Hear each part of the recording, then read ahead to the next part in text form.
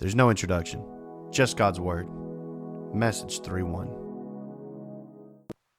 Joshua chapter 3. I want to tell you very truthfully a story about when they decided, as God gave the word to Joshua to take the Ark of the Covenant and send the priests out to the Jordan River. And I want to show you the power of God as He's leading us through to our purpose and to His perfect will. What happens when, because we carry Him with us. So the Ark of the Covenant is literally in this Old Testament, it is the manifestation of God's presence on earth. Okay, it is literally where the Lord resides. And so they get word from the Lord to Joshua, and Joshua begins to tell everybody what the Lord has said. And he says here in Joshua 3, verse 13, when the soles of the feet of these priests who bear the ark of the Lord of all the earth, touch the water of the Jordan that flows from upstream will be cut off, and it will pile up. So there's literally a setup here in this story that these people are going to go to the Jordan River, and not only are they going to go to the Jordan River, but when they get to the Jordan River, when the people who are carrying the very presence of God start to touch the edge of the river,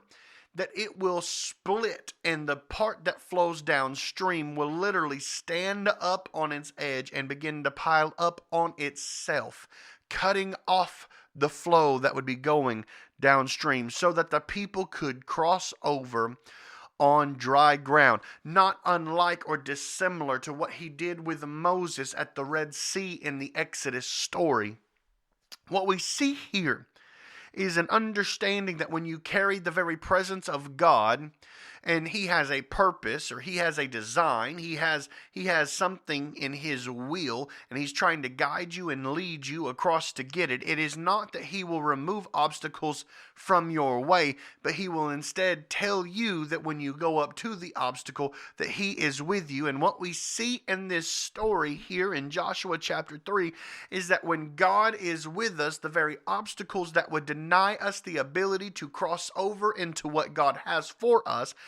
He, in His power, will stand them up on their edge and allow them to pile up on themselves, and He will create a way for us to be able to cross over into the place that He has called us to go. Joshua chapter 3 is a very clear understanding that when we have the power and the presence of God actively within our life, just as He was actively within the Ark of the Covenant, that as soon as we begin to touch the water that would separate us from what He has from us, that He in His power and His authority will stand it up on its end so that we may get through the obstacle that is before us into the place that He has prepared for us.